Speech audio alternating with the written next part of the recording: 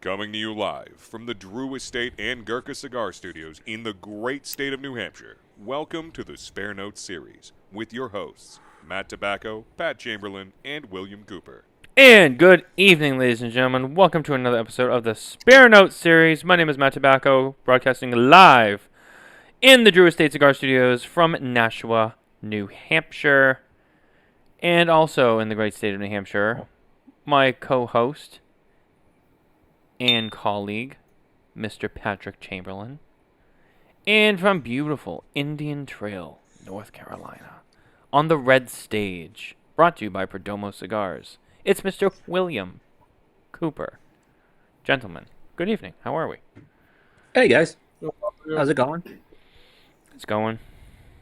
Yeah, I had a little bit of a test. revitalization weekend. Test.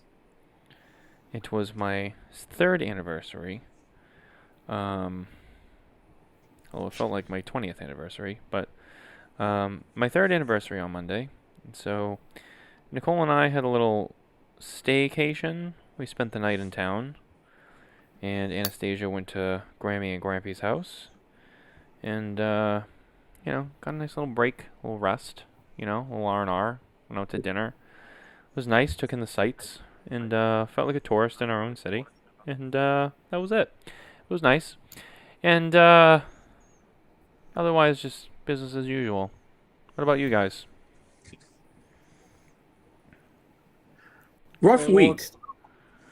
Rough week. Yeah, rough week. I'll take my day job sort of out of it. Like people might not have known, Cigar Coop has had some major website problems. Major, where we actually had to rebuild the website behind the scenes. And Really? we actually published every day during that, which is a miracle. We kept the streak going. But for a while we were actually putting content on an off site and having to copy it in because one of the big things when the site got rebuilt, the editor broke. So Oh, the only way we could do things is to copy and paste it in. That was the only way. And it was a big problem. I have a really good guy who does it, and he is excellent and responsive. But sometimes these things just take time. So the good news is we got it done. We are, I would say, 90% where I want to be. The big thing, the editor and the SEO were the big problems we had. So I know what the problem was, and I won't go in. I'm not going to bore people on the air with it, but yeah, it was a rough week. Dealing with that's a very rough thing to do. well, I'll ask the question because I'm interested. Right, Because we both use the same platform. Was it a right. WordPress issue or was it a hosting issue? It was there was a problem outside of the website that ultimately led us to rebuild the website. And when it was rebuilt, the issues were on the WordPress end. I see. Yeah, Interesting. Well, we will yeah, talk more about it off the air. Um, but yeah, I was yeah, just curious just to get myself started with the thought process. That's shitty. I've been there. I've had the site go down. It's extremely rare. It's probably only ever happened twice in 6 or 7 years that it's actually existed. Um, Six. Once on the old platform, and right. once on the new platform. So and in those situations, it is a little stressful because it's like, you know, it goes down, and then you're like, well, what do I do? Yeah, yeah, So and even like your web developer and your SEO yeah, team, like they know and they're trying to yeah, figure it out and then when it comes back, yeah, it's like, oh, thank God. yeah. And we have a the daily publication streak which began July 3rd, 2012. Right. We almost didn't make the 13th anniversary. We almost, if we couldn't get that workaround on the temporary site to edit content, we were done. And it was, um, we were done. There was no way, but we got it done. I mean, we were able to set up this temporary site, literally edit the stuff on a lightweight WordPress server, and then we were able to copy content in. That was the one thing we were able to do. So it kept going. So I always say I want to end the publication streak on my own terms. But I was at a point where I said, if we just can't do it, we can't do it. So, um, and there's a heavy reliance on the Coop website. That's our storefront, is what I tell everybody.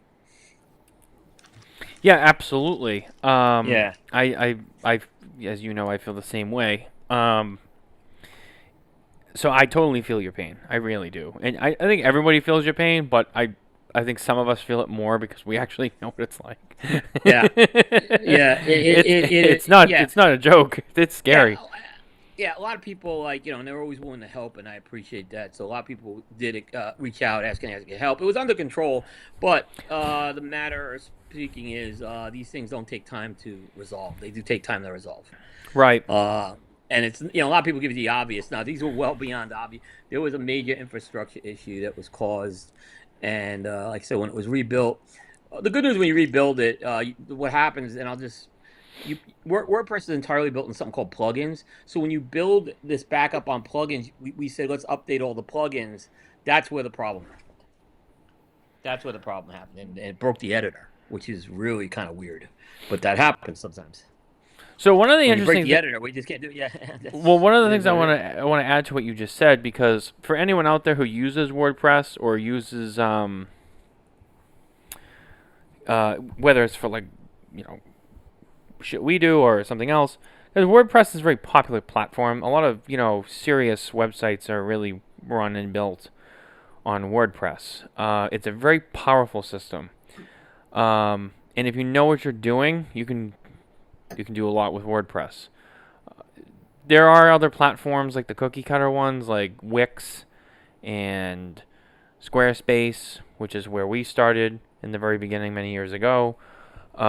We've since rebuilt and migrated to WordPress, but those sites are great for when you really don't know what you're doing and you don't want to spend the money to hire a developer, and you really just want to kind of just figure things out yourself. It's very cookie cutter. When you have issues there, it's a little easier to figure out. The only downside is if you don't have a web developer, which you usually don't if you use one of those, you're at the mercy of like customer service with them, which is horrendous. But the thing is you don't really have a lot of plugins with those. It's all kind of just it's all inclusive. You know what I mean? So you have the tools that you're going to have. Yep. When it comes to WordPress is, like I said, much more powerful. But WordPress also relies a lot on these plugins that Coop's talking about. So, for example, when you go to our website and you go, if you want to just use the search bar on the website is not just a generic tool by WordPress. You have a plugin that's specific that will do that. That's tied into the website. Then you have one that like the contact us form. The contact us form is a plugin. So you have to integrate that into your thing. Now, it's kind of simple to set them up. You download them from the WP store, and then you install them on the website like you're installing a program on your computer. And then if you have to pay for it, you go to buy the license and then input the license number, and then you're good to go. Other than if you get one that's a little bit more sophisticated, you may have to set up like certain parameters or whatever. Yeah. But other than that, it's somewhat simple. But the problem is the point I'm trying to get to. The problem is with stuff like that, and I've learned this, and I now tell other people, is some people go into that plugin store, and they just start seeing like all these cool things, like they're on their phone, and they go to the app store on their phone, and they're just like, oh, I'm gonna like download like all these apps. The thing is with WordPress is less is more. If you don't need a plugin, don't download it. Don't use it. Like, plugins are usually reserved for fixing a problem or solving a missing ingredient. But don't just download a plugin to download a plugin. It's like making a recipe. It's like, don't just put extra salt in because, like, fuck it, I got all this salt. No, I mean, if you don't need it, don't use it. So, I don't think that's your issue, but I've seen other people who have issues, and I'm like, well, have you checked your plugins? And they're like, yeah, how many plugins do you have? I have like 47 plugins. I'm like, why? Why do you have so many? Oh, I got all these cool. And I'm like, no, you don't need that many plugins. Yeah. So I don't know. I'm sorry. I kind of got all wrapped up in that, but because I've seen it and I've actually had that discussion. So, and I know there's people out there who listen to the show who actually do dabble. So, anyway, Yeah. yeah, when it comes to the plugins, don't it's not a free for all. Really, don't do that. Anyway, Pat, how are you doing? Doing well. Mm-hmm. Doing well. You look a little more lively tonight. Do I? Yeah.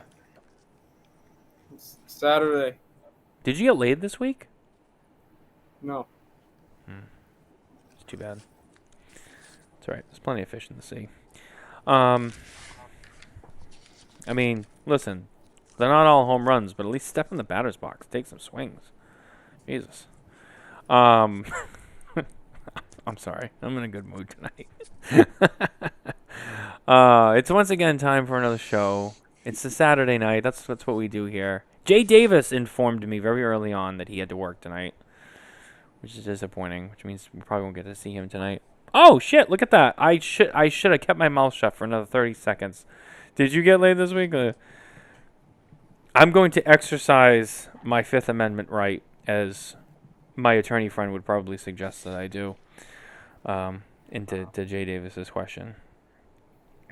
I'm going to exercise my right to the Fifth Amendment on that. I am not even going to comment on this topic. It's nobody's business but my own. But no, Jay's here. Thank God, because wow, I thought we were just not going to have Jay, and I'm like, it's not the same. But one of these times, we should let Jay come on with us. Because, and I'm going to tell you why, because he's been such a loyal follower. And he's here almost every week. And he provides, from the comment section, like a first base coach. He provides so much supporting content and commentary that it's like one of these nights he deserves to just sit up here with us and just let it roll. You know? I mean, what difference does it make? He's essentially halfway there anyway with all the comments he makes. And they're good comments. That's the thing. It's good comments. Some people who watch this show, majority are great. But there's some people who watch this show who just don't really add any great value. It's just kind of like background noise. And, you know, Jay is not one of those people. So, I think I'm going to talk to Jay about that. Give him his shot. Step up and swing, you know. He's a great guy.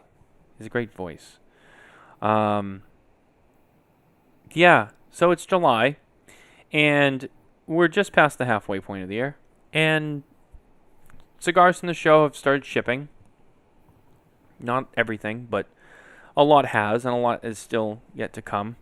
So we're kind of at that point where, you know, we're kind of just going through the motions. We're smoking through stuff, trying stuff as it comes out, staying on top of it, making notes for later in the year. And, you know, it'll pick up probably in the fall in terms of, like, you know, just good traffic-wise. Now, there was a comment thread that... I'm sorry for the yawning. There was a comment thread that appeared on Facebook this week. And Coop already knows what this is all about. And he was heavily involved in the commentary. And I'm going to mention the person's name, and I'm not trying to call him out because I don't think he did anything wrong. But I just find it interesting. But John Carney made a comment on Facebook. I bet the cigar industry is really glad that they're not in Vegas right now for a trade show in July. And Coop, I know that you had something to say on this, and you did make some good points. And since I've done 2 shows now in the spring, there's definitely pros and cons to both. I have to kind of be fair, and I was critical of a lot of things. I haven't seen one pro except the weather. Well, the one pro I'll say is supposedly attendance is up now because more people want to come to it because it's early in the year, which is a good thing. Attendance was up because it was in New Orleans and the East people came. That was why. I want to see when this goes back to Vegas what happens, because it was because more people from the East showed up this year. Wasn't I don't think it was because of the weather. You don't think so? No. Very interesting. Very, very interesting. But it was like, yeah, I said, John, is this really? It's like a slow week in the cigar industry to kind of rehash this topic. I mean, it's been beaten to death, right? And it's gonna, everyone always has something to say about this, right? It's been this debate has been going on for 15 years. I've been covering the industry. Yeah, should the trade show be in New Orleans and should the trade show be in the spring? This debate is old and it's tired. And I'm going to actually expand on something else that I think has really hurt the industry. But we'll kind of get through this first, and then I'll explain. I think another side effect that I've seen from moving this show. Okay.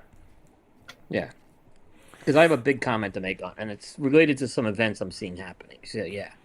Well, one of the and I know you're going to touch on this too, and I'll just kind of tee it up for you.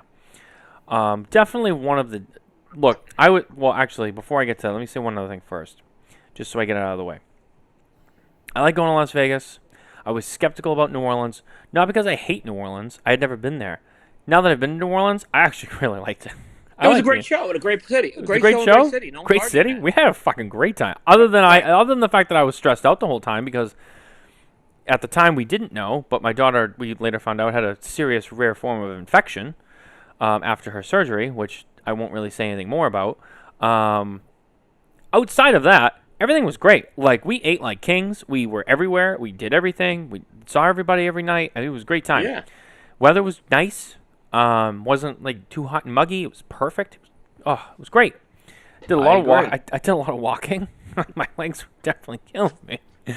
But I got to walk around and, I like to see places and I like to go places and travel and explore and see, history and shit. So that was fun. But I also love Las Vegas, and I have a lot of personal ties to that city, and I've spent a lot of time out there, and so when I go there, I don't even feel like I'm touristing anymore. I feel like going to another home. So there's definitely a feeling of, like, strong comfortability when I go to the show in Vegas. Right. But I loved both cities and shows. What I will say is, regardless of what city it's in, being much earlier in the year, it definitely makes it more complicated scheduling wise, and especially for other people, some people more than others, because it puts it right there at the end of Q1, beginning of Q2, which is an extremely busy time of the year. Yep.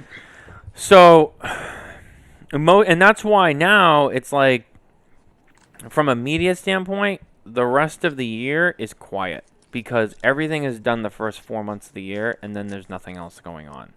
And I know there's consumers out there being like, well, but they're having, like, Chattahoochee Cigar Week. Look, no disrespect. I'm sure it's a great time. But all those small ones, I mean, they're great for you guys. And I'm glad that they exist because I think we should never let the cigar culture die. And I encourage you guys to always go to those events and festivals and shit like that. But those are not really, like, media-covered events, because there's really nothing to cover there. Even the Great Smoke, great event. And Abe and the Smoke-In team does an amazing job. And it gets a little bit of airtime, but that's not really a covered event. The things that get covered are the trade shows and the national festivals like Pro Cigar, Puro Sabor, Festival del Habano. TAA doesn't get shit because they're like a little cult group that doesn't like anyone from the outside coming in. And then, you have TPE, which is dying. I don't even know if that'll even be a thing for the cigar industry next year. We'll see. And that's kind of it until you get towards the end of the year. And now it's like, well, everything's pretty much been released by October. Trade shows are over. The festivals are over. We start talking about like end of year stuff and getting ready, but that really doesn't get full on blasted until like December, January, when we actually start to begin to roll some stuff out. So, yeah, PCA being in July was definitely nice from the point where it put kind of a lot of stuff, media-wise, right in the middle of the year and filled that gap. The other thing, which it sounds like, well, that's a media people problem. It is and it isn't. And I'm going to explain to you why it isn't. The reason I'm gonna is, explain why it isn't too. I have a big reason why. Yeah. well, for me, the big thing is it's not just to keep us busy, but you got to remember at the same time, like we put stuff out for the average consumer to read and to be informed by. So when we spend the first 3 to 4 months of the year just blowing it all out there and everything all at once, and then the traffic kind of goes down and it's a slow news, and then we go through like a slow news period for a few months, it doesn't really benefit the manufacturers and even maybe some of the retailers. And the reason is because like things go quiet and people stop reading about as much stuff, and then there's not as much excitement because they read about it, but they got short memories. So they're like, oh wow, that cigar's coming out. It's not out yet. It won't be out for a few more months. What are they gonna do in the few more months? They're gonna keep buying the other shit they already smoke, and they're gonna forget about it, and they're gonna move on about their day. And you know, yeah, you got shipping notices. I know. Like, oh, they don't when stuff ships. We do, but sometimes sometimes, and but even those sometimes get overlooked. It's not like people tune in for the trade show coverage. Sometimes those announcements that happen 3 months later, they just kind of people kind of go by them sometimes. And we know this because we watch traffic. So, I mean, it definitely just kind of it creates a jolt, just this instant jolt for everybody in the middle of the year, and not having it, it's definitely like you peak in April. Oh my God, the show, and then it's just like no more noise after that. For me, that's one of the reasons. But I'll let you add to that. All right. I haven't seen a downtick in traffic really much. Yes, it's less than you're going to get during a trade show month, but I'm not seeing an overall downtick in traffic, which has been a good thing, right? Because again, I think, and every website's different. My news is not the primary driver of my website. It's reviews. Reviews are the number one hit on my website, for sure. So as long as I got reviews doing, like I said, I'm questioning how much news. I'm questioning. I've reduced the amount of news that Coop covers now because a lot of it's not worth covering anymore, and I think I've talked a lot about that.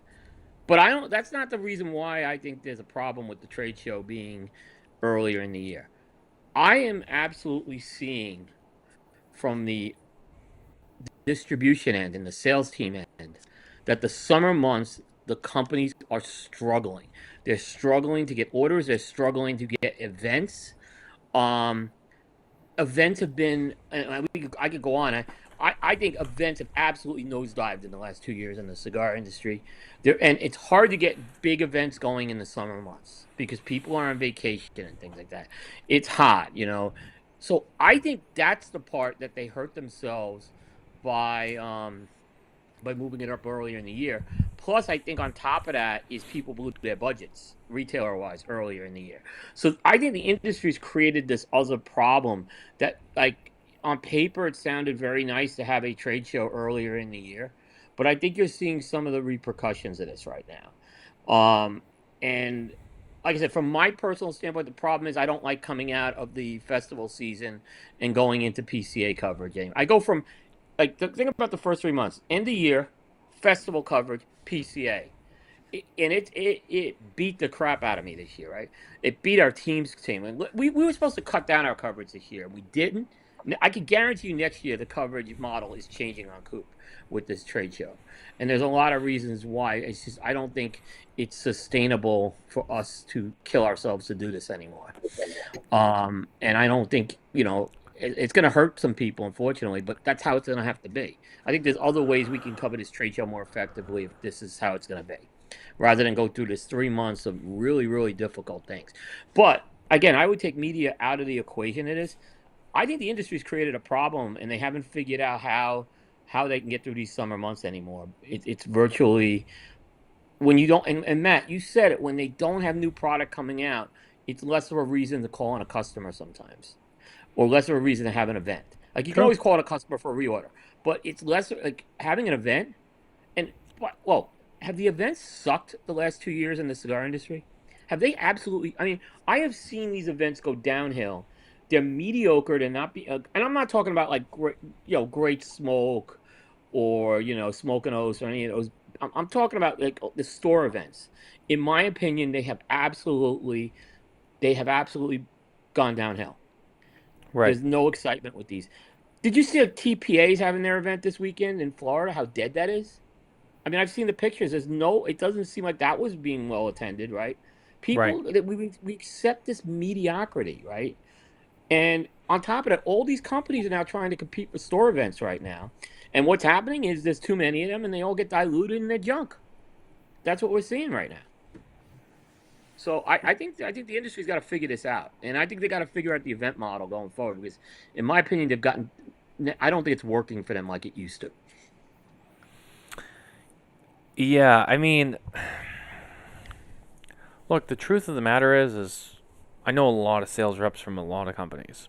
I do And too, and they do great work. I'm not knocking these sales reps, but it's oh, the problem's beyond them, unfortunately. I know. And I love them very Yeah, much. I have a lot yeah. of very close friends in those roles who do events and shit like that. And believe me, I love them and I support them.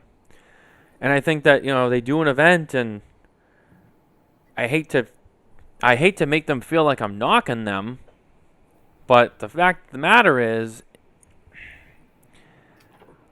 it's hard to get excited about the tablecloth. It is.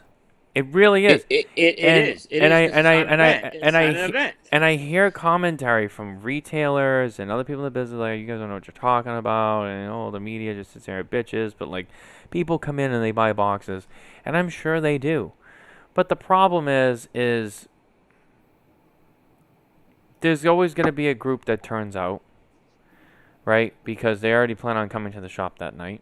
Because most of those events are Thursday, Friday, Saturday. And that's the time when people go to the shop. It's the leisure time. It's the end of the week. Or the weekend. You'll have a few who will come in just for that because they don't know. Or they're just excited because, they like that brand and they, well, I'll get some extra stuff. Maybe they're hoping there's some extra stuff that, they don't always have these. But the majority, the real hardcore people, who smoke all the time and like to go to events and like to go for other a lot of them, I mean, I've talked to them. I hear people complain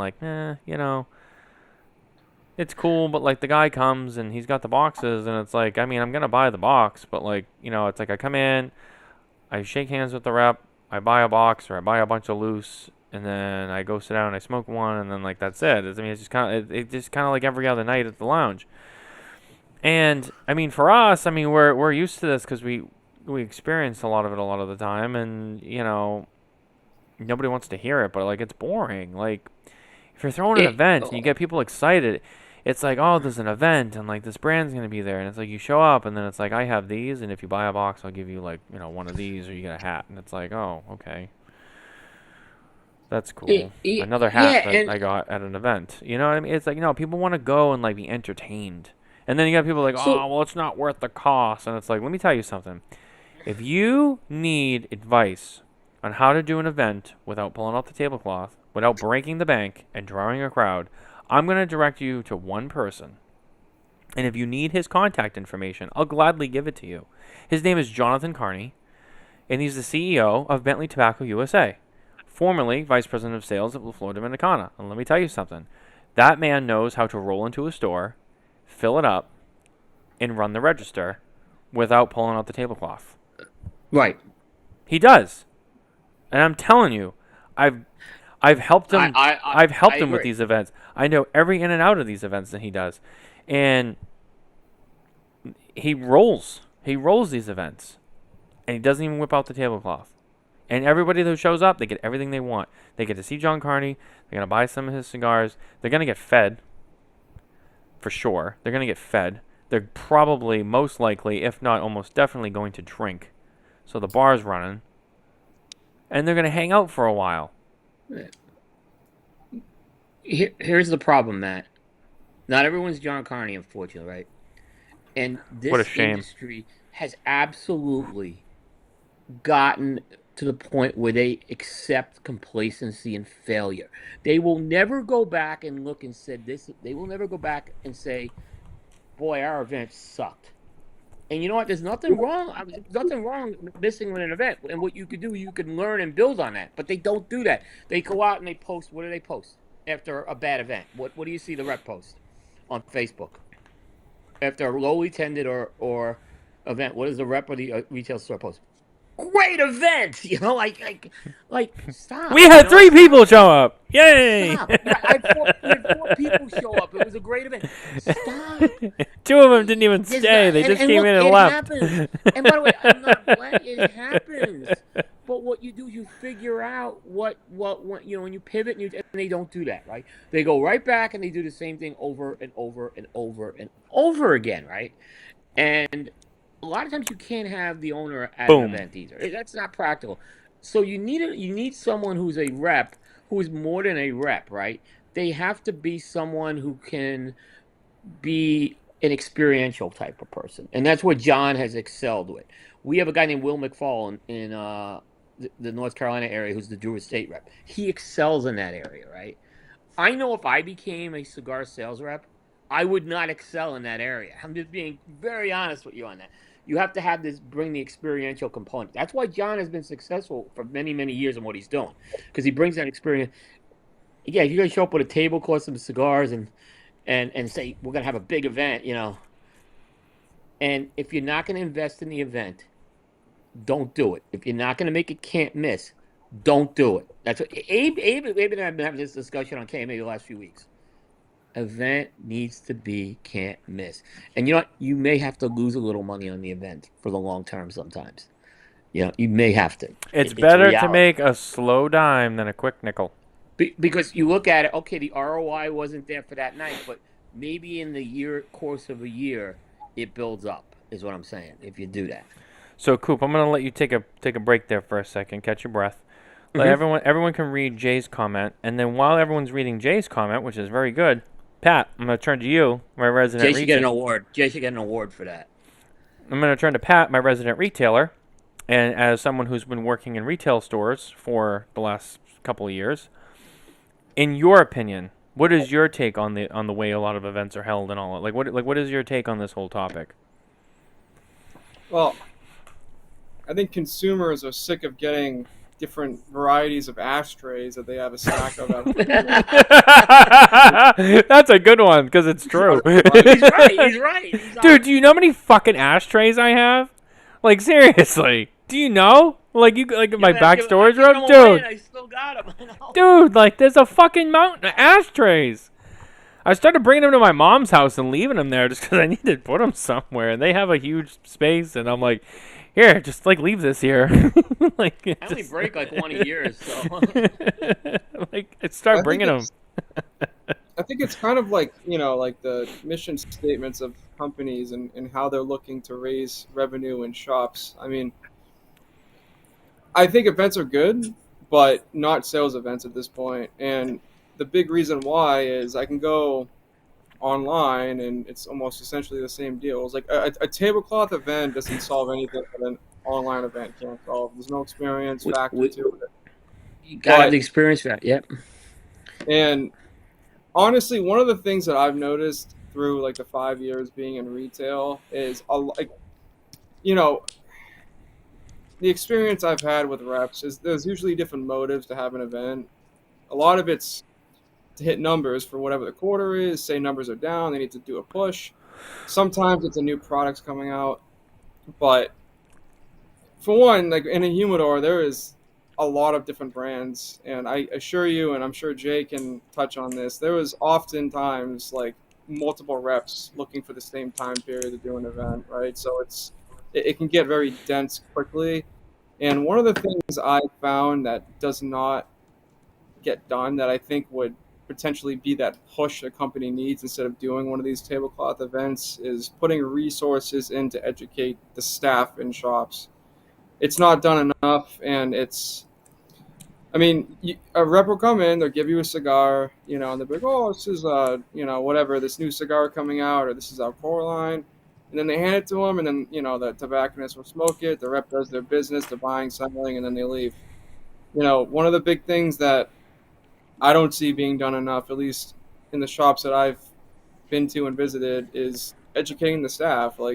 Oftentimes, Or you have comes in. What do you want? Something mild. Well, there's 20 different types of cigars on my mind that I could sell that person. But if I have a story to go with it, or like some history, some training, I'll push them on that cigar. And then now your tablecloth event, you talk about getting the dime instead of the nickel. Like, over a 2 month period, whatever that story is, that training I had, will be the cigar I'm pushing someone on. And there's your tablecloth event. You don't even have to put the resources into it. you don't, Right? right, You want exactly. to do it, buy a box, get like a 3-pack, keep the 3-packs at the register. Don't even have an event. Just have them there. Yeah. It's like those are the big things I've found, and it's the experience events are important. But again, there's so many reps who want events, and a lot of the time it's all companies that support the shop, and you can't do a big steak dinner once a month. You No, can't you because can't. do Yeah, it. that's a So once or twice a year thing. so I think that's what the issue is I think companies need to start changing their plan to educating staff instead of just doing these tablecloth events. And I know not every cigar shop is like like what we have in New Hampshire, like a Castro's, Twins, Two Guys. Some of them are like small shops. Maybe it's manned by one person. Maybe it's just like cigars are a portion of the business, like maybe a gas station type environment. But the shops you're doing events at have a staff. Maybe it's just one person, two people. But I think the resources should be put into those people more often than they are. Yeah, and if a manufacturer is coming to me as a retailer, I want to do an event at your store, right? First of all, I think the event needs to be defined on what that is, right? But ultimately, if they're coming to me as a retailer and saying, I want to do an event, well, guess what? You're responsible for the success of that event. And tell me what you need from me as a retailer, and I'll give that to you, right? But in my opinion, the rep, the company, they have that responsibility. And like I said, to make sure that event is successful, the retailer has the responsibility of getting his customers in there. But after that, that event's in the rep's hands. And if they can't give a must come reason to this event other than buy four get one free, why bother? Why are you bothering resources in general on that? So Jay I makes. just think. Oh, sorry, Coop. Go ahead. Yeah, go ahead. No, I'm done. I was gonna say, well, Jay makes a good point, but I wanna touch on one thing quickly because we're already kind of here. But then I'm gonna go right to Jay's thing. But yeah, this discussion about I'm just gonna do it. You know what? I gotta call it out. So Alan said, too many retailers expect the manufacturer to take all the risk. To which you just replied to, and then he bit back and said, that's actually not true. Ultimately, it's the retailer's event, not the manufacturer. No, Alan, it's not. An event that's a branded event is about that brand, that manufacturer. Okay? Yep. So while it's in a retail store, and the retailer, like Coop said, they're responsible for, they host the event in their store. They get their customers there. Yep. They have to promote it. They both should promote it. Both the manufacturer and the retailer. Everyone should be promoting it. Get everybody in the fucking store.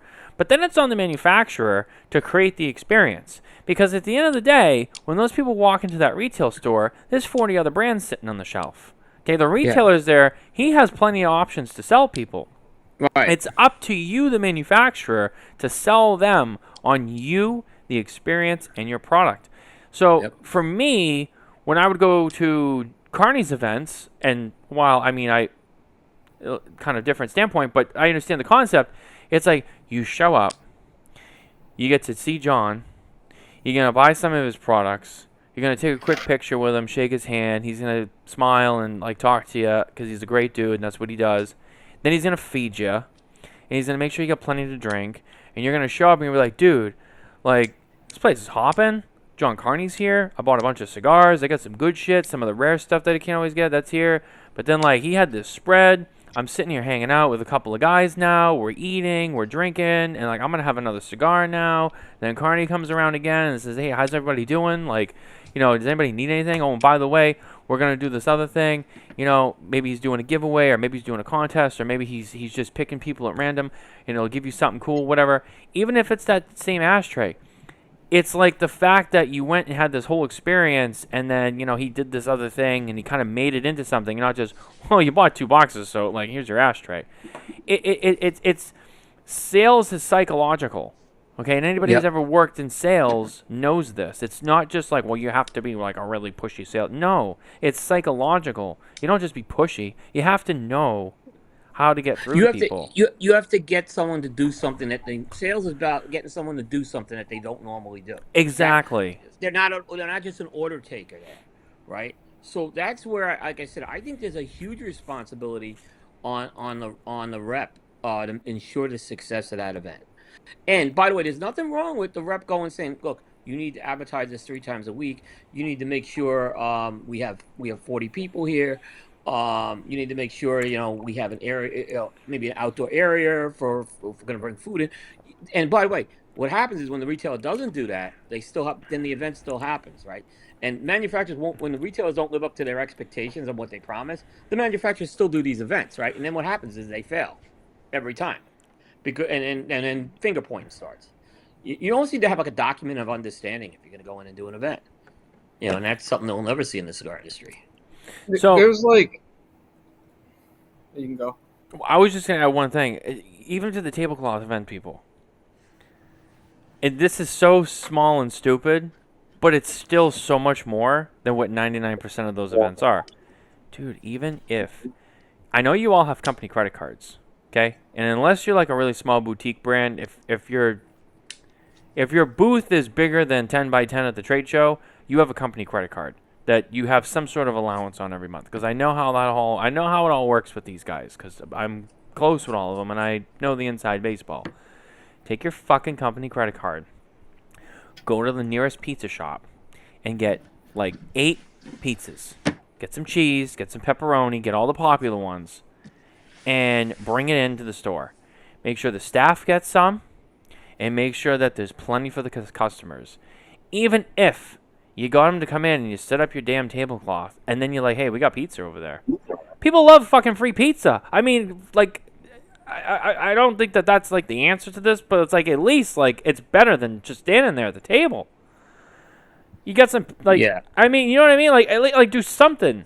Even if you're not gonna put a lot of effort into it, like go get like 8 fucking pizzas. Like, you know what I mean? Like, do something. Like, I mean, it's better than nothing. Like, it's better than a free ashtray. Yeah, I mean, I like pizza. I'll show up for pizza, not an ashtray. I'm just saying. I can tell the guy who does events the best that I've seen right now is Craig Cass out of Charlotte. He tickets every event, right?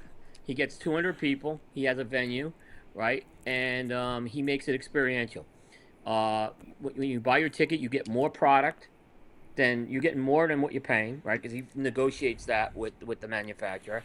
And, oh, yeah, there's always the guest always has about 15 to 20 minutes to talk to the crowd about what they're doing. And too many events, there's like, and Pat goes back to education.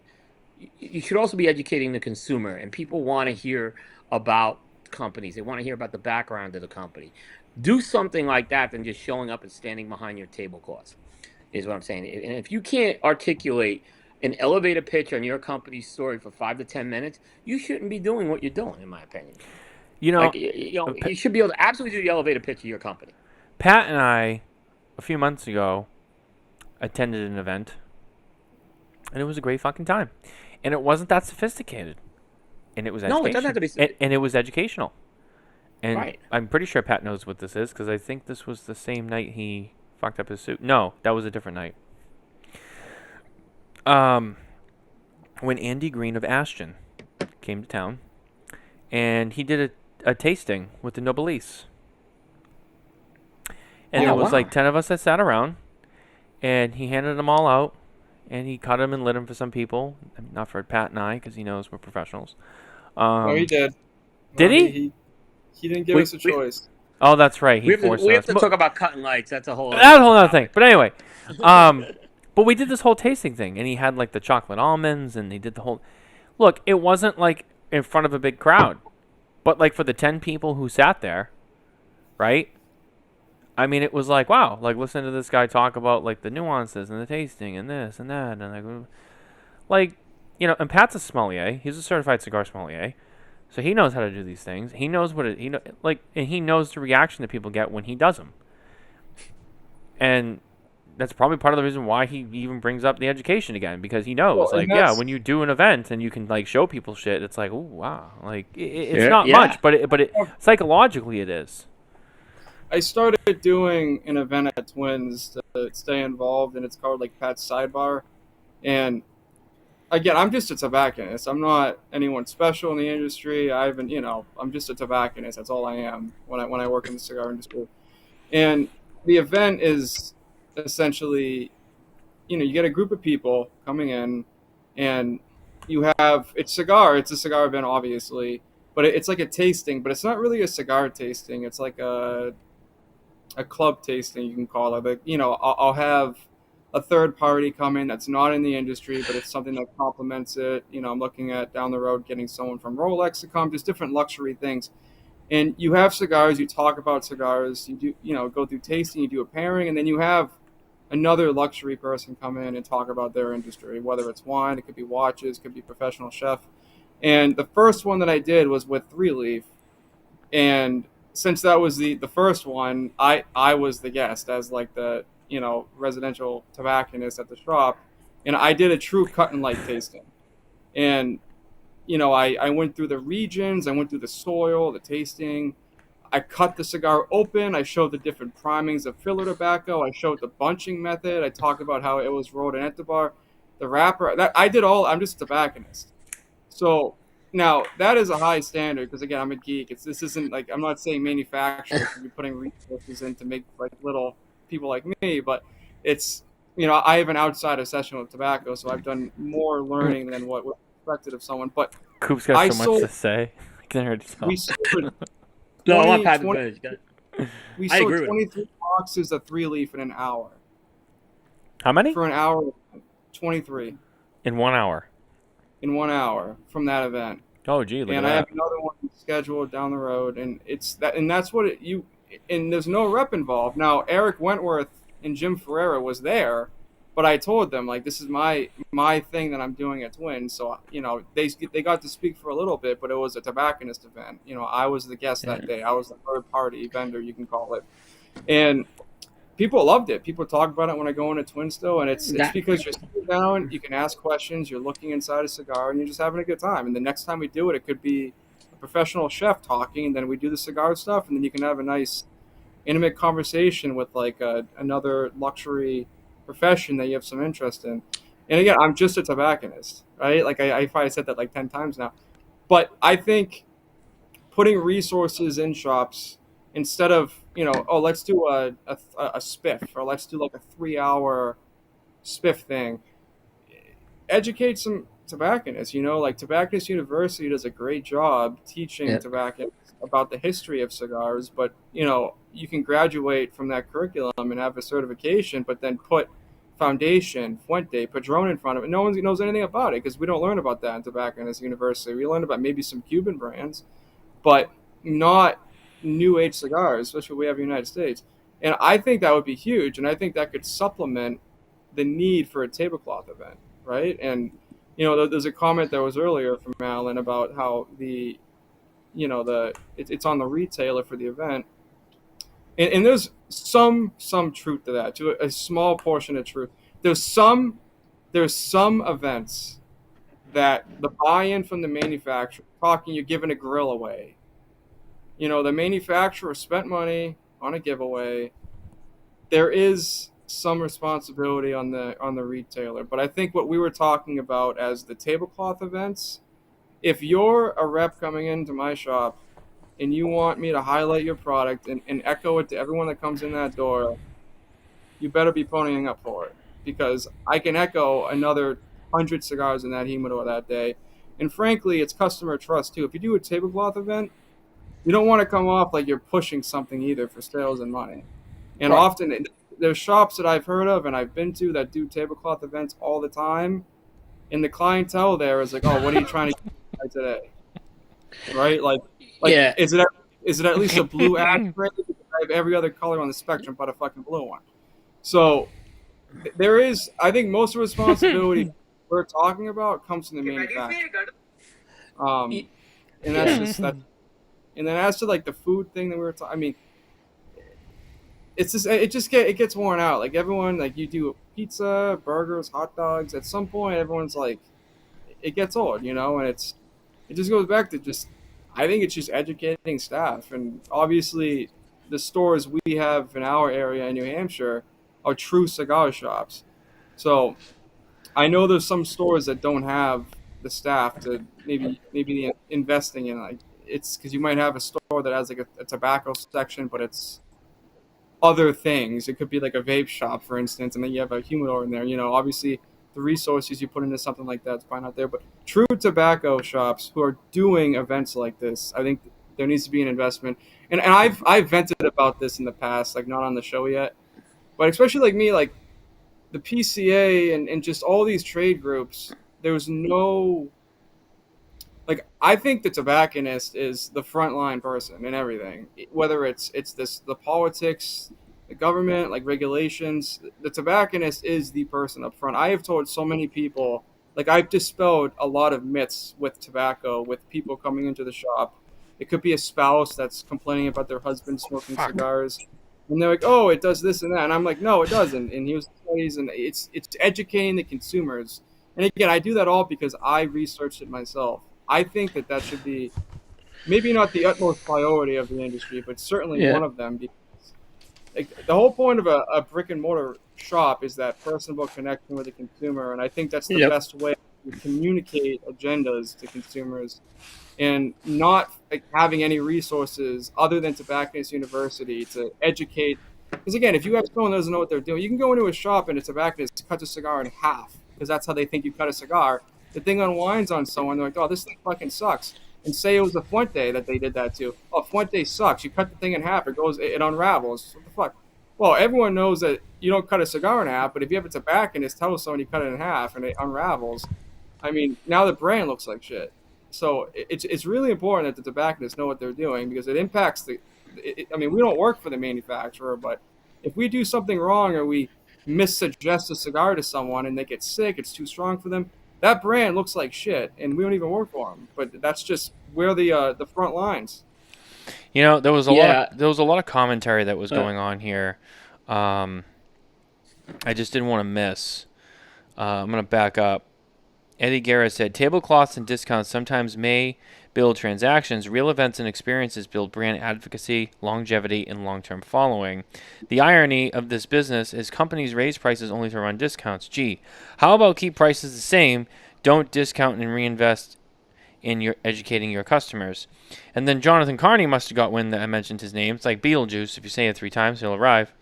But I'm glad he did, because now here he is to support what I said at the beginning of this conversation. Experiences are the only way. I traveled the country for 14 years, cooking dinner myself and pairing cigars with each course for thousands. It paid off, established myself in the industry, and I don't dare anyone to try and top that level of personal touch. 100% patting myself on the back, which I will add is well deserved, because I've been to many of his events, and I've seen the front of the house and the back of the house. I know how hard he works. I know how many people show up. I know how much positive feedback he gets.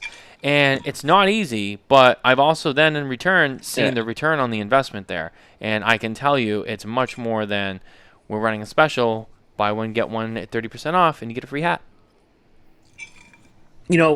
What Pat said a lot of good stuff. And on Primetime, we actually did a whole segment on this a few years ago on cut and light events. Actually, wait, one knows what can I add one more thing? Sorry, and then I'll let you continue, because it's a great way to wrap up everything I just said. Right. And for all of those people watching out there, there's a reason that John Carney was so quickly and easily able to go from his long-term, what's the word I'm looking for, tenure at a very well-known brand, and go somewhere completely new and different and do something new and start fresh and build a new brand as quickly and easily as he has. because he did those events. Because at the end of the day, it wasn't just the brand that he was representing. He was representing himself. And all those people remember him personally. Yep. Who went to all those events. So when he goes and signs with a new team, he didn't lose anybody because he's just another rep who now he's out and I don't care about him, I care about the brand. No, people also came because of him. And so now he goes back out on the road and starts to build a new brand. Those people are going to show up because regardless of whose name is on the band, they know that when that guy is in that store, that's going to be an experience, not an event. Exactly. Anyway, please continue. All right, yeah. So we did this whole show on primetime, an episode. We did a long segment on what exactly is a cut and light. Like, no one can actually ever define what a cut and light is. Pat's definition is what I would say a definition of a cut and light needs to be. Right? It is an educational session. It is curated. It is something you go through. But that's not the case. I see, like, we're having a cut and light. I see retailers agree to a cut and light. They don't even know what the cut and light is. Sometimes it's just a rep showing up in the store, right? It's the most bullshit term I've ever heard for an event because if you have nothing better, well, let's call it a cut and light. But I think there's real value in what Pat said again, and it ties back to what you just said with John, is if you can have someone go through, especially if it's someone from the company, going through the story of this cigar, story of this blend, who made this cigar, where it's made, right? You know what? The next time they come in there, they're going to have credibility, right? And guess what? People are going to want to come back and see that rep the next time. You know what? They're going to want to support that rep the next time. So I think it's very, and this again, that's how you go from tablecloths to experiential here, is when you do those types of things. And John was really good at that too. I remember when I was with Stogie Geeks and I had John on for the first time, and he was just so able to articulate the La Flor Dominicana story. I mean, it was like and he worked for the company. He could clearly articulate that, and that impressed me. And I saw him at a couple of events. I think it was Chattanooga events like that, where again he was able to do that, and more than just kind of be a body behind the tablecloth there, but add value to it, right? And guess what? If you have a retailer who is basically slacking, and you can bring that in and be that good representation, that you're going to be a hero. And guess what? Like, Matt, your point was so spot on about then when you go on to your next phase of your career, guess what? You're going to be like the Pied Piper. They're all going to be following you. And then if you're going to be the guy to sit there and whine, retail, I don't know what to tell you. You're going to be the guy who's known as sitting there and whining instead of the guy who's leading by example. And sometimes the rep isn't going to make a ton of sales, right? But if they can build a connection and they can be experiential and they can really build credibility for the brand, there's a lot of good long-term value in that. Because it may come down, yeah, exactly. People also realize or see effort. Whether it's they actually go, wow, he put a lot. Absolutely, yeah. Whether it's like, oh, he put a lot of effort in, or it's like, wow, this was a great event. That also means like, wow, he put a lot of effort in. When you show up with the tablecloth and you just stand there all night, it's like, oh yeah, he showed up and he's here. Like, that was it. It probably took him 10 minutes to set this up.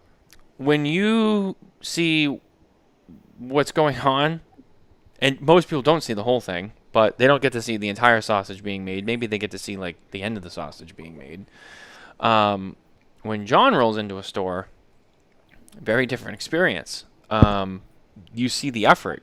I mean, guy gets up, goes, he buys all the food, he buys any extra things he needs. And he thinks of the little details too, because I've literally done this with him. Okay, and then he gets to the store.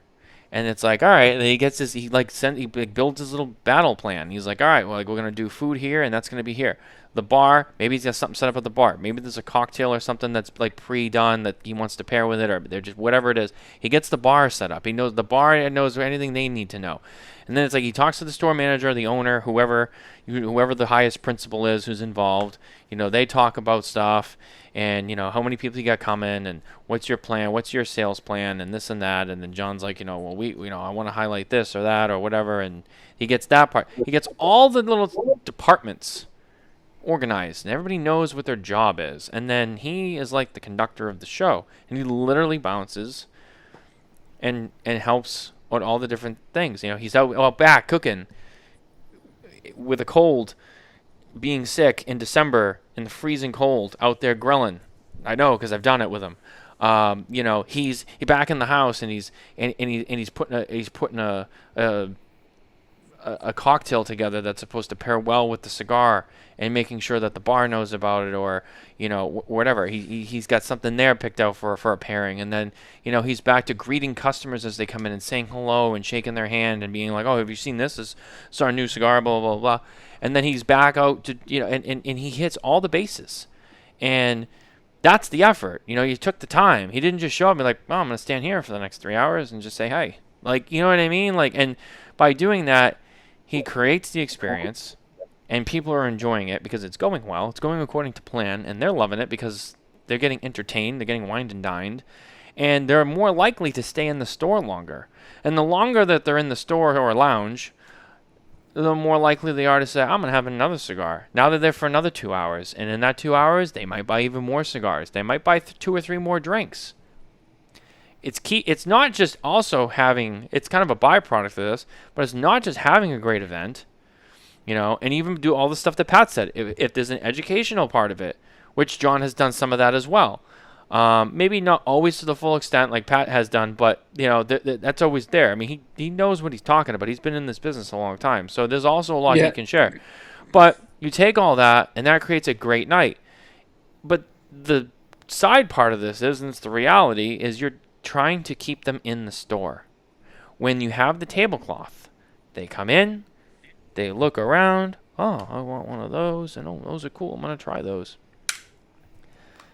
They buy it, they might stay for a cigar, and then they're out. When you go to an event like I was just talking about, you know you're going to be there for a while. This is not a quick hit, have a stick and leave. Right. Like you're planting your ass somewhere and you're staying there. Like what Pat said, if you go in and say, hey, you have the table, even if you have the table, you go in and they get their cigar or whatever, say, hey, at 8 o'clock, we're doing a presentation for 45 minutes where we're going to walk through this, right? And I have seen so many, because I see so many people want to absorb this knowledge, right? They're into the blends. They're into master blenders, right? I mean, I can't tell you how much, especially when you bring the master blenders in, or you try to position someone as the master blender when they're really not, right? Doesn't matter. They eat this stuff up, and I see it happen all the time. You have a captive audience on top of that. Now you have a captive audience for your message, right? And then you know what? Someone leaves. Right. And when someone leaves, and they feel like they connected with the person doing the event, whether it's the rep, whether it's the owner, they leave with a smile on their face. And I just saw Rafael Nodal do this in Charlotte, where everyone was made to feel like Rafael's personal guest that night. Everyone he interacted with, and it did so much. I can tell you, it did so much for his brand. They were selling those $30 Romeo and Julietas that night. Those $25 to $30 150s. People were connecting with that day. Tablecloths wouldn't have done that. I have 2 comments. Yeah. One of them is like the cut and light, and then there's a lot of people that want to absorb knowledge. And it's funny because that is like a extremely true statement, because it's every time I've done a cut and light, like the ones that I'm talking about, you start and, I'm 27, I'm young, and there's people that have been smoking cigars before I was born. And they're like, it's always this same reaction. There's always people in the room, and you can tell on their face, they're like, oh, this kid's going to tell me how to smoke a cigar? Like, are you serious? And, and it's such a simple thing, but there's so many intricacies to it where there's no right way to do it, but there's ways to do it that people don't know because they don't look into it as much as, just going to a shop and cutting it and then lighting it. And the one thing that I do every time I start a cut and light is how I take the cigar out of the cellophane. And I learned this during COVID. And, I won't go through the whole spiel, but it'll be a quick thing. So I have a cigar here. It's in the cello. I go through what cellophane is. And I tell them, everyone rips the barcode off, and they go to the bottom and they squeeze the head of the cigar through. But what I learned during COVID was, since this is just heat sealed on the top of it, you can undo the top portion of the cellophane. You can open it up that way, and the cigar just falls right out. So that way, the cigar is in the cellophane still. You can cut the cap of it and put it back in the cello and give it to someone. That way, we didn't touch it during COVID. And when I do that little trick at the beginning of it, everyone's like, their demeanor changes, and everyone's paying attention to me, because it's like, I never thought to open cellophane like that. And so, to the comment Coop made about like people want to learn, they do. And it's, if you have something to teach them that they don't already know, they will listen. Because again, this is a luxury industry. Nobody's there because they need to be. If someone spends money to go to an event, it's because they want to be there. So if you have something to offer them, they're going to listen. Hence, back to the point of educating tobacco. And then a second comment that I have, in the beginning of the show, I didn't have an opportunity to say anything, and actually kind of rings into what I've been preaching, is we were talking about the trade show and how there's a lot of struggle in the summer. I think because there's a kind of a draw. There's not new cigars out. There's events, but there's nothing new. The new product's not there. One of the things that, again, is the flaw of a tablecloth event is when I've went into an event and someone tells me what the deal is, it's like buy 5, get this event-only cigar, and then they'll tell you about the event-only cigar. And I'll use one of my favorite brands as an example, Tatuaje, the Halloween cigar. If you buy 2 boxes of Tat, you can get the Wolf, and it's San Andreas, Nicaraguan, double binder. They go through everything about the Wolf. They're trying to sell me the event cigar. But when the event cigar is gone, it's gone. So we're kind of going over the core line, bread and butter of the brand, and promoting this one-time cigar. So, and I'm just trying to buy shit to get that cigar. I don't even care what I'm buying at this point. I mean, the reps will go in and they'll tell you about the cigars, and Edgar does a great job. This is just an example of how it could go wrong. And, if you're pushing a new cigar and that's your agenda for an event, is to sell the new PCA release, it's a fail. Because again, Absolutely. And there's a lot of times after a Halloween event that I'll talk to consumers who, bought some cigars from Tat, and they talk about how good the Halloween was, and they don't even know what they bought for the event. And like the Brown Label, in my opinion, is one of the best core line cigars on the market. Yep. And Yeah, it is. it's not, and it's not touched on. There's no history. Like, you have typically at the events, it was Escassos. Like the story of how it's Habano now, and it was supposed to be Corojo, they couldn't get enough Corojo, so now it's the Habano Brown Label. That story is never told, and no one goes back to it. It's really, and then even like the story of Garcia, and then you can use that. You can kind of dance in with My Father brands and start selling My Father because of Garcia. Like those stories aren't told enough in the humidor, and it just goes back to the point that I'm saying is an educated tobacconist, I think, would promote all these sales without a tablecloth event. And if that story can be told in the humidor, Monday through Friday, then it would solve a lot of these issues, and you wouldn't be relying on different colored ashtrays to give away. And like, you shouldn't have to give somebody something to smoke your product. Oftentimes, that's why Jay's such a good retailer. Yeah. I'm sorry, Pat. I didn't mean to interrupt you. No. I was finished. No, that's why Jay's a very effective retailer. I've seen him. He can articulate that. He could be that purveyor. He's the ultimate version of that word, purveyor, where he can do that and talk through a lot of these stories, right? And I think it's a powerful thing. And he just said it. I don't need to do a tablecloth event for that, because he's taken it upon himself to be the purveyor and educate his customer on that. 100%. I mean, he has some in-store events, and he has in-store events, and I've seen him do the in-store events. He does a great job, and it's not a tablecloth event. I was there. He did a Tatuaje event when I was there, and you know what? Jay gave you a reason to come in for that event. It was great. And Jay had some products some special products out there. He had Dan Welsh there. Dan was interacting with everyone who went in there. It was a very, very good event. And it was, it wasn't really predicated on a buy 3 get 1 free or something like that. And I guess one brief comment I'll make is I'm just going to throw 2 brands out that don't, well, I'll throw one brand out because I was going to say Fuente Padron, but Fuente does do events. So Padron, for instance, I mean, they don't even have a rep for us. And if I asked you guys, why doesn't Padron do events, what would you guys say? Sorry, I was reading a comment. Say that again. Why don't they do Why events? They don't why need doesn't to. Padron, They don't need why to. don't they need to? They don't need to because people know that story well enough. There you go. Exactly. If you're, Coop beat me And to it. it's just the point. It all goes back to that point. yeah, and George will come and support a couple of key retailers with a big dinner or something like that. But that's the thing. Yeah, I'm The not, and that story of wasn't. the story of the hammer and everything. Like I said, if you're carrying Padron and you don't know that, shame on you. Yeah, And that wasn't a knock at Padron at all. It's just everyone knows the story of Padron. When you buy it, it's a back in it. Everyone knows it, so you don't have to do events. And guess what? Padron's doing just fine. It all goes to the point that I'm making is educate tobacconists because it's that's where you get success from. And I don't see enough of that. There's no prerogative from any of these companies yeah. to do that. And I think to If add you on could do to it, yeah. well, Go so ahead, Matt. I was going to say to add on to Pat's comment. I mean, I think the humble reality that some brands need to remember is you're not Padron. You know, not everybody has that kind of power, and Right. you're not Padron. I'm sorry if you're not doing events because you think you don't need to, or you're not doing events because whatever reason, you're not Padron. So Or well, my comment would be they could be Padron. they could be, Well, but they no, got to start because doing going events and telling the story. there's cigars I've sold people who are Padron smokers that I can tell them the story and some facts and everything about the blend, and they smoke them and they go back to them. You know, it's not that it's better than Padron, but it's a Padron smoker likes this cigar, and here's why. And again, that's knowledge. That's not a tablecloth event. If a Padron guy walks by, I'll just take a random brand Ashton because it begins with an A. They're not going to buy an Ashton because they want a Padron.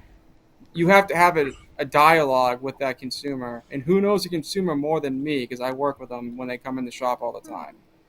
It's the knowledge and the training. Like that's I think it's underutilized, and it's something that I think all these issues we were talking about would be addressed if that was a prerogative from a company. Yeah. Well, guys, before we go too far towards the end of the show, I want to make sure that we talk about some of the people who help support this show, because I think that's really important. And we missed one of them earlier in the show. But first, it's Perdomo. No, I'm sorry. That's Dupont. Hold on. Wrong one. I almost fucked that up. Perdomo, featuring our 2024 Cigar of the Year, the 30th anniversary Sun-Grown Epicure, with now the new Perdomo legacy, featuring the new Nicaraguan shade-grown tobacco, now hitting store shelves. Get out today and smoke Perdomo. And our friends from SD Dupont, that's right, shake up the legacy. Now it's time. Featuring the new, beautiful Fender collection. The Fender collection is beautiful. We saw it at the trade show. Coop, I know this has personal meaning to you, and you now have a Fender Dupont lighter again. Yes, I do. So this is kind of also special for you as well. You previously owned a Fender edition line 2, which ultimately went to your dad. So I know that that's a really important thing for you. So Yep. SD Dupont, man, shake up the legacy. Anyway. I guess this is the Slimmy lighter, which I am really really in love with the Slimmy lighter. It's a flat flame, but it's got such precision. This lighter, it's great, especially when you're lighting a thinner ring gauge or a Connecticut. It's really really an excellent lighter. John's going. I'm sorry. No, keep going. I want you to do the sales pitch. So they have. I think you guys. Did you guys get a biggie? I did. The biggie was obviously the smoking tobacco accessory of the year. Thank you. So, yeah. We don't do accessory. I haven't done accessory of the year yet on Coop. I don't think I'm doing it this year. There's a lot of pressure for me to do food item of the year, but I don't think I'm gonna do that either. But yeah, it's the biggie's a great lighter. It's a great lighter. Absolutely, it really is. It's why we give it accessory of the year. I mean, that flat flame is really becoming popular, and Dupont's is made so well. I mean, there's others I've used, not quite as good, but theirs is fantastic. So Just a huge shout out to them, and that's something cool. No matter what brand it Yeah. is, Dupont really got a good hand on that, and it executed very well. Yeah. John made a comment here. Copy this entire comment feed at the end into ChatGPT and prompt it to make you a masterclass on premium cigar experiences. You're welcome. Yeah.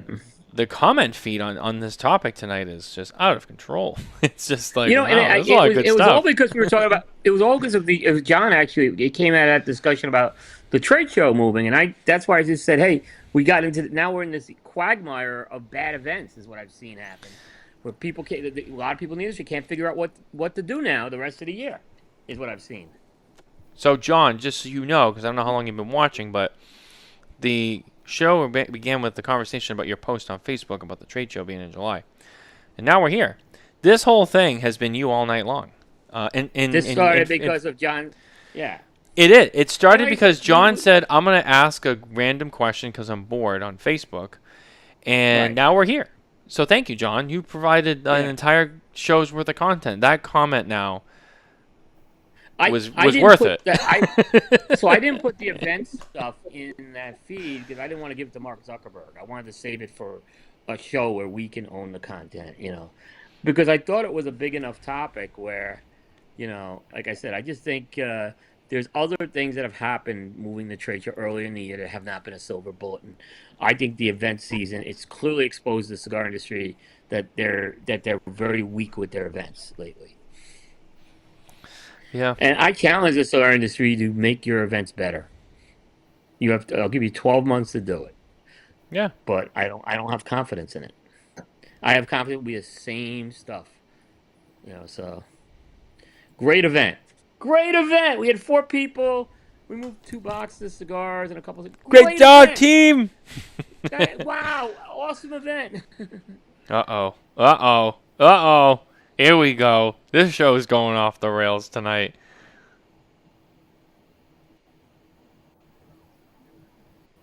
Where is he? Oh, you're bringing him in. Bringing him in. Oh, it's John Carney! There he is. It's the master of events. Literally. I don't think we can hear you, though. I got no sound coming from you.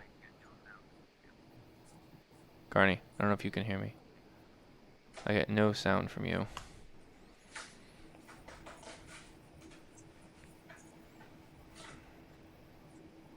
Nope. Nah, he's probably going to try to log back in. Carney, I forgot, Carney has the link to this feed, so he can jump in at any time. Sorry, boys. That's all right. He had no audio, so I don't know. I think he's I'm telling you, something's messed up with the audio tonight because I had the same issue. Yeah. I don't know what it is. Yeah.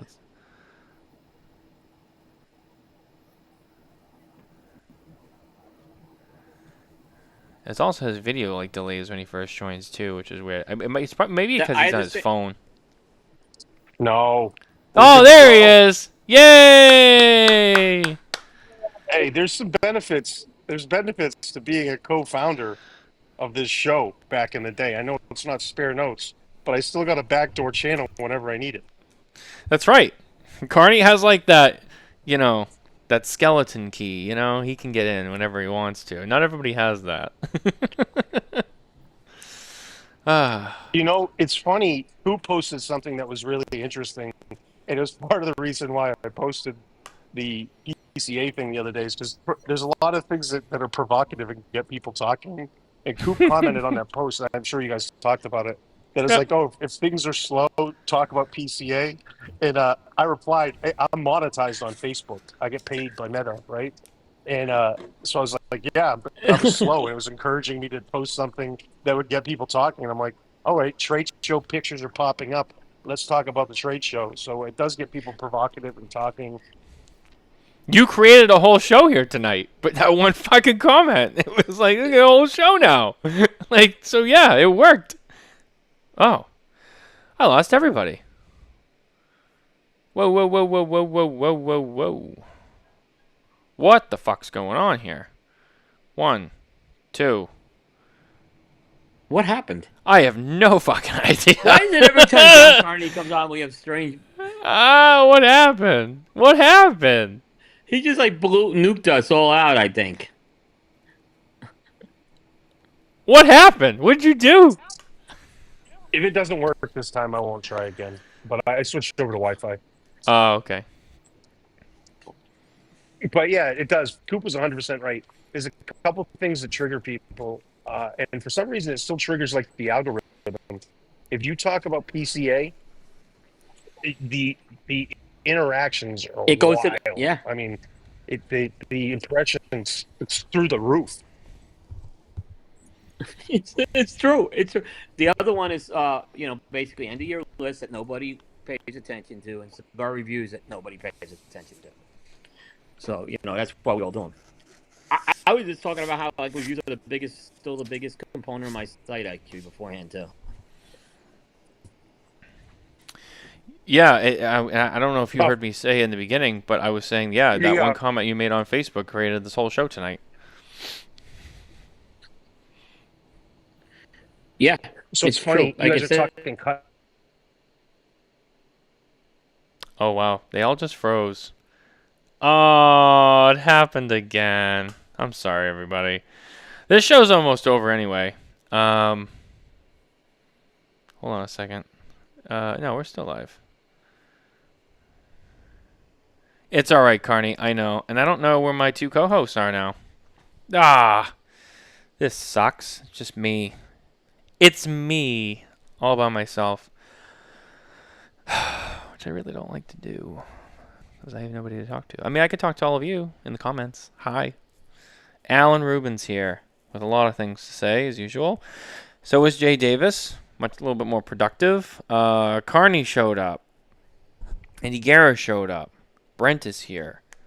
Does anyone have any experience with the Brew City Cigar Festival in Wisconsin going next month?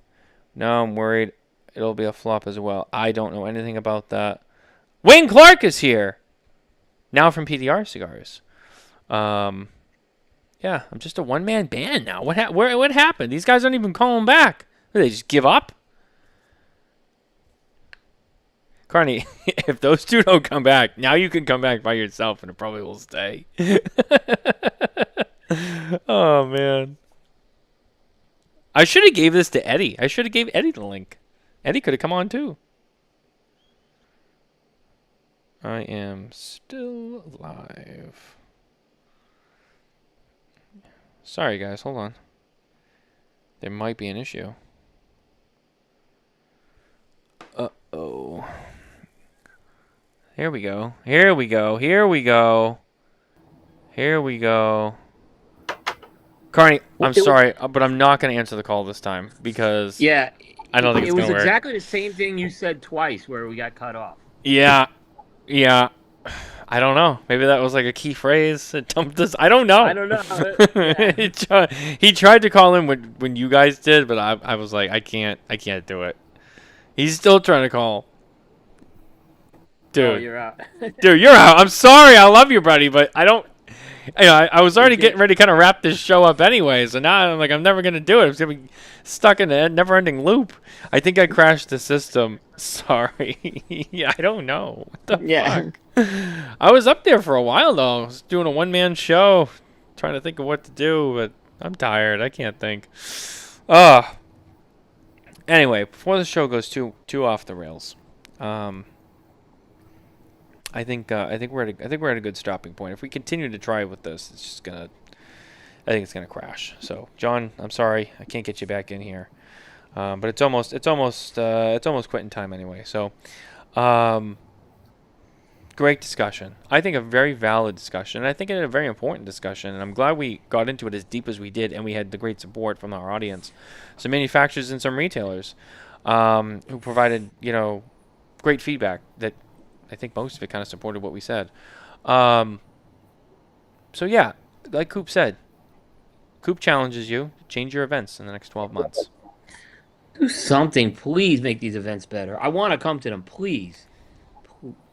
Please. And please, I'm begging because it's not helping you.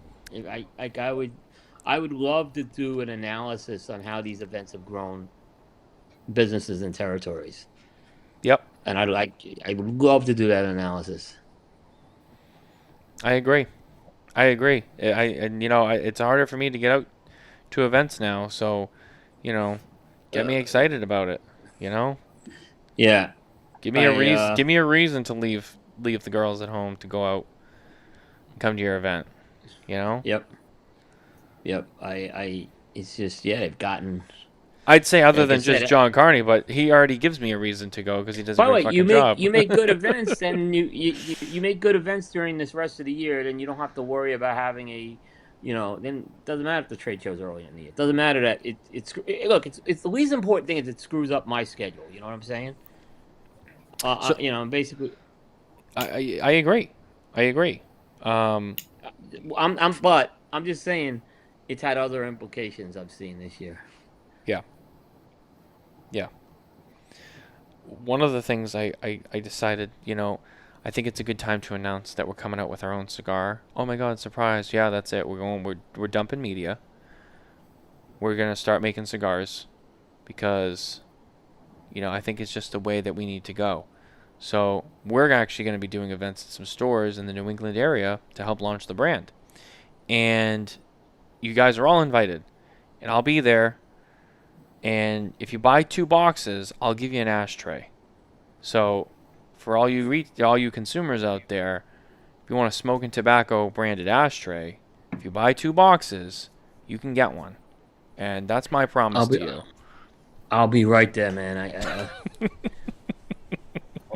I'll be right there. And how you hand selected the tobaccos for that blend. I was down in the factory at the time, and we all got to taste it. And I tasted this one, and it was me who said, "This is the wrapper we're using." So that's what we're doing. The fuck out of here! Get the fuck out of here! Where someone said they were hand selecting the tobaccos, and they've never been to the factory. I'm not kidding. What idiot said that? Damn. I love this show. I really do.